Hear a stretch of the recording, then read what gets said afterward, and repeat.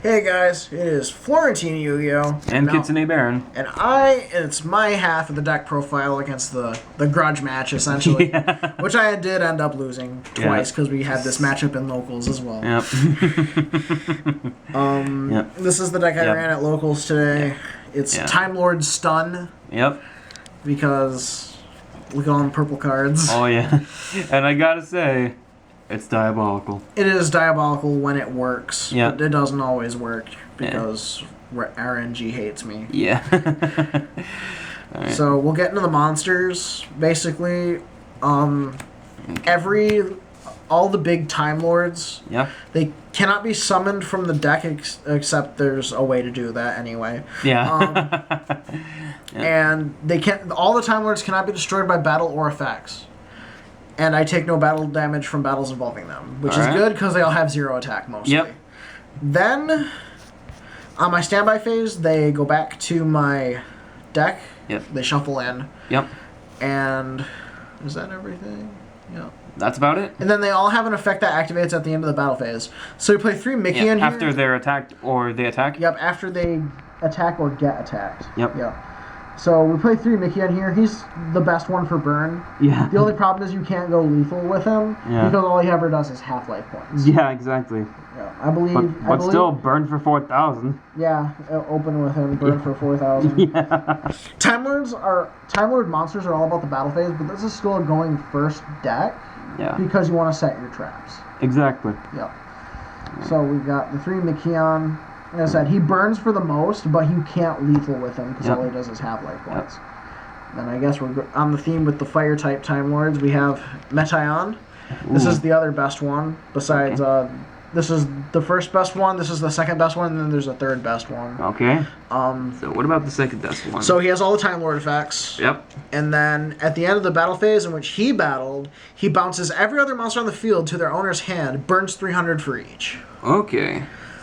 So he's a good board clearer. Non-target, mass removal, non-destruction. Very useful. Oh, absolutely. So the 3 Metaions, you play 3, no questions asked. Yep, absolutely. Then you play 1 Lazion. Lazion says when my opponent draws a card, during their draw phase they lose 1,000 points. All right. Only one though? Yeah, it's only once per turn. Okay. So essentially, if I only have 1 on these on the field and you draw for your draw phase, you take 1,000. Okay. Yep. All right. And then his battle. See, like this is one that has 2 effects. He has the draw burn. Yep. And then he has the effect where his battle phase effect is at the end of the battle phase in which he battled, my opponent's graveyard gets shuffled back into the deck, which can either really help or really hurt, depending on what you're up against. Yeah. Yeah. So that's Lazion. Right. I can usually go for lethal with him because I summon this guy when my opponent has less than 1,000, and they draw and die. They draw and die, yeah. Now we have Halon. Halon. This one I originally did not play. Okay. But because Solemn Judgment went to 3, this became considerably more useful. Oh, yeah. Because what she does is, at the end of the battle phase in which she battled, if my life is lower than my opponent's, I burn until my opponent is equal. Oh, yeah. To me. I wish it was like in the anime where it went both ways.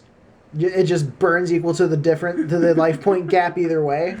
But that would be really busted, so I see why they fixed that for the actual game. Still really good after you use like 2 Solemn Judgments. Or 3. Yeah. So that's Halon.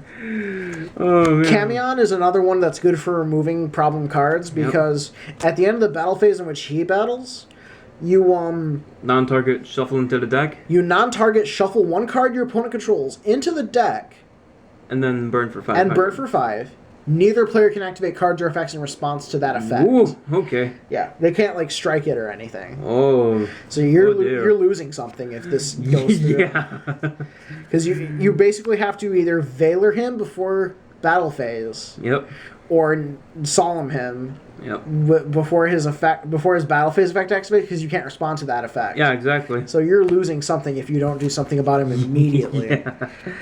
All right, what else we got? We got Sadion the Time Lord. This is another one. This is another one like Halon, where it's like as Solemn Judgment went to 3, he became considerably more useful. Okay, so what does Sadion do? At the end of the battle phase in which he battled, if my life points are less than 4,000, they become equal to 4,000. Ooh. So I just gain life. Win in time with this, it's hilarious. Oh.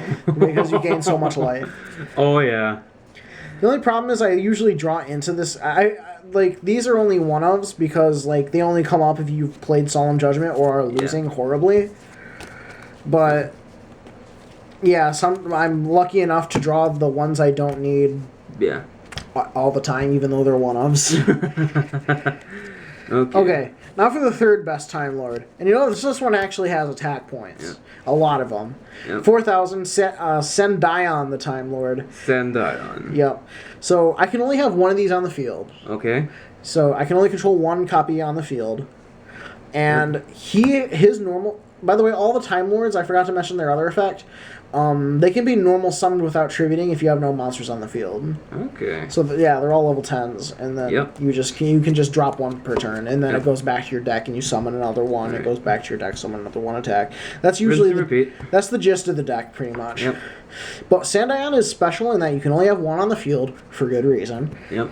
And he has like a Cyber Dragon clause where I can still normal summon him without tributes if I have no monsters, but my opponent also has to have a monster. Okay. But I'm running over whatever my opponent has anyway. Because he still can't be destroyed. Yep. He does no damage to either player through battle. Okay. But at the end of the battle phase in which he battles, I burn for 2,000. Ooh, okay. So that's Sandion. Yep. He's like I said, he's one of the best ones. He's one of the best ones, yeah. And he's also the only one I can't search, so you gotta play 3. That is true. Yeah. Because Time Maiden... Speaking of Time Maiden only searches the ones with 0 attack. Ooh, that is true, yeah. And Sandion's 4,000. And Sandion's 4,000. Yep. Attack and defense. Yep. So what Time Maiden is what makes this deck work somewhat. It's the best archetype support card I could ever think of. Yep. But Time Maiden, if you have no monsters on the field, you can just special summon her from your hand. Okay. She's treated as 2 tributes for the tribute summon of a Time Lord monster. Ooh.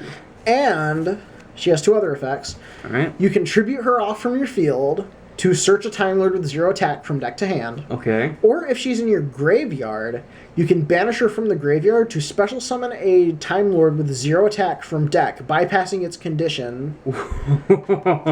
But you cannot special summon other ways that turn. So this is like the only way to get like more than one Time Lord on the field at a time. Yeah, exactly. Unless you're running like a more speed-based build with Celestial Transformation and stuff like that. Gotcha. I'm not running that version. This is actually more of a stun build with a lot more traps than spells.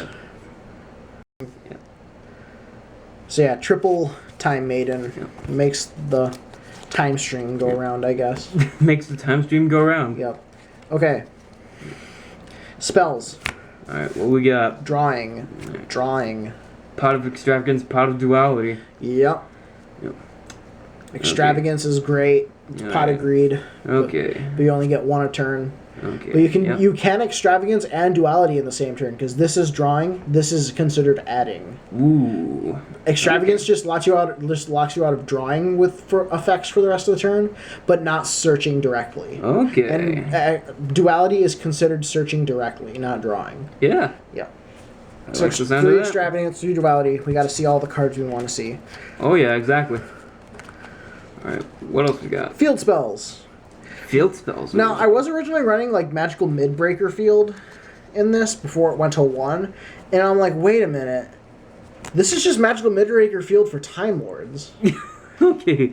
Mound of the Bound Creator. You normally see this in God decks. Yeah. But it works wonders for Time Lords because they're all level 10. Yeah. Now, the Time Lords can already not be destroyed by battle or card effects, which makes one of its effects irrelevant. Yeah. But it makes all level 10 and higher monsters on the field untargetable. Oh, so dear. they're all and indestructible, but they're already indestructible. Yeah. You mainly use this for the targeting protection as well. Yeah, yeah. Not a lot can get around that. Oh, yeah. Another thing, if a level 10 or higher monster kills a monster by battle, so Sandion runs something over, Yep. my opponent takes 1,000 damage. Yeah. So just get Burn for 3,000. Yeah, burn for 3,000 with Sandion. It's amazing. Yeah. And then, if this thing is popped by an effect and sent to the graveyard, search Sphere Mode. It adds a divine. It adds a divine attribute monster from deck to hand on destruction. Okay. So when I sight in Sphere Mode, I can search it off of this if they destroy it. Okay. All right. The other field spell is Savage Colosseum. Oh dear. Each time a monster declares an attack, the controller of that monster gains 300 life. Okay. All monsters on the field must attack if possible. So yeah, attack my Time Lords, please. Make their effects go off. What if I don't? Hold on a sec, pause it. So what if I don't attack then? Basically any monster that didn't attack or could not attack, because they all have to attack if possible. Oh. Basically anything that was stuck in defense mode dies at the end of the player's turn. Oh. Yeah. Or anything that did not attack gets destroyed. Okay. Sorry about the jump cut there. I had to cough. And text message. Yep. So anyways, it's a one of? Yes, it's a one of. Okay. Because I usually give this to my opponent with set rotation. Oh. I give me mound, and then I set this on their side of the field. Except when I draw it, then it's a brick. Oh. Well, I can activate it for myself, but I'd rather have mound in most situations. Yeah. So set rotation, really good. Oh yeah. It's limited for a reason. Bypass the hand effect for impermanence and evenly matched. Yeah, like if turn 1, I'm trying to make my play, and I open this, I can just set this on their side of the field and then give me a self mound. They have a card on the field now, so they can't mound or evenly when I'm trying to do stuff. For impermanence. Impermanence. Yeah.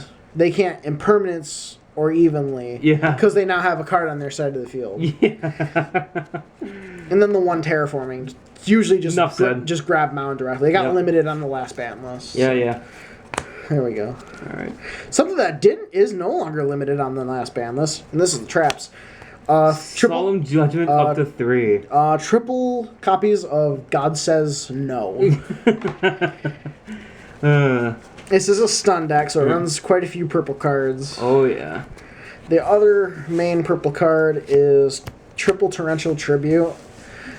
This does not destroy my Time Lords, because Time Lords are already immune to destruction. Yeah, not just my opponent's effects, but my effects as well. Oh yeah.